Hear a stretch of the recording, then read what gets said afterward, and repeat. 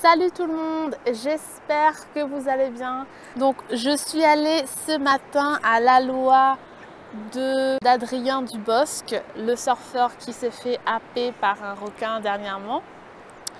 Donc un Aloha c'est quoi? C'est en fait un hommage. Et donc je suis allée là-bas pour rendre un hommage.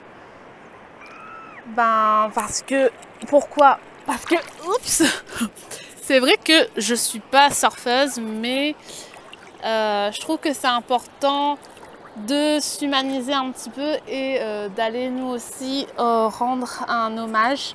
En tout cas pour ceux qui respectent, les décès des surfeurs. Et peut-être moi je suis allée là-bas aussi parce que je veux bien comprendre un petit peu mieux la crise requin. Du coup, ouais, j'ai vraiment voulu me rendre à son Aloha. Donc comment ça s'est passé? Alors, d'abord je suis arrivée en retard. Ça devait commencer à 10 h, mais moi je suis arrivée peut-être vers 10 h 20. Mais finalement ça a commencé en retard aussi. Donc c'était super pour moi. Et en plus j'avais un petit peu peur parce que dans les invitations où on t'invite dans les événements sur Facebook, c'était écrit qu'il y avait l'Aloha d'Adrien et que tu pouvais venir en palme à scuba, en paddle, en planche, etc. Et moi, j'avais rien de ça. Donc, je me suis dit, mince, je vais pas pouvoir assister à son Aloha. Mais en fait, je suis allée pieds nus, je suis allée à pied. Donc même si j'étais pas en planche ou en paddle, j'ai pu participer. Donc voilà, on peut y aller à la nage ou pieds nus vu que c'est pas profond, puisque bien sûr ça se fait dans le lagon. Donc voilà, comment ça s'est passé. Donc, vous savez, l'Aloha, c'est on fait un rond avec tous les participants autour d'un bateau, et sur ce bateau-là, il y a des cendres. Il y a la personne qui tient les cendres du surfeur qui s'est fait happer. Et j'ai trouvé que c'était particulièrement émouvant, même si je ne le connaissais pas et même si je connaissais personne. Alors au début, on s'est tenu la main, tout le monde dans le cercle, on s'est tenu la main. Et en fait, j'ai tenu la main d'un surfeur que je ne connaissais pas. Je veux dire que c'était vraiment fort en émotion, je trouve. Tu te poses même pas la question de savoir si tu connais la personne ou pas, tu prends sa main. En fait, je trouvais que la communauté surfeur, elle était vraiment très unie et ça fait super plaisir de voir des gens unis comme ça. Et il y avait un peu de tout, je vais dire.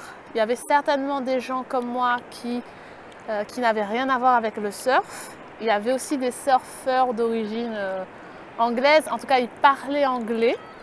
Il y avait des enfants, sûrement des enfants de surfeurs.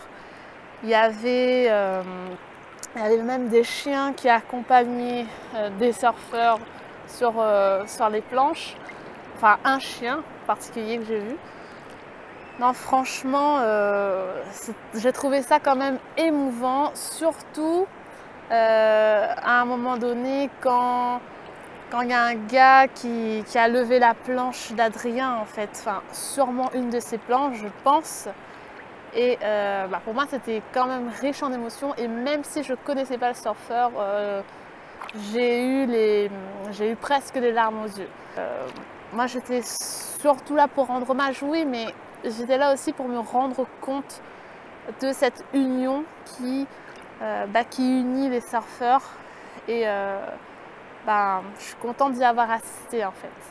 Éventuellement, si il y a une nouvelle attaque de requins, j'encourage toutes les personnes qui soutiennent les surfeurs d'aller rendre aussi hommage, parce que la crise requin, elle ne doit pas nous diviser avec les surfeurs, même si on n'est pas d'accord avec eux.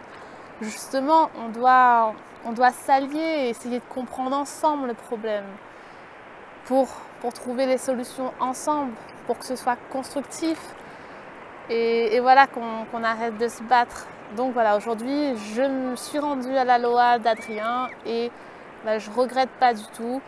Et encore une fois, je dis bon courage aux surfeurs dans ce deuil qu'ils traversent et surtout aux familles. Si vous avez aimé la vidéo, n'hésitez pas à la partager et à mettre un petit pouce j'aime. Et je vous retrouve dans une prochaine vidéo. À la prochaine!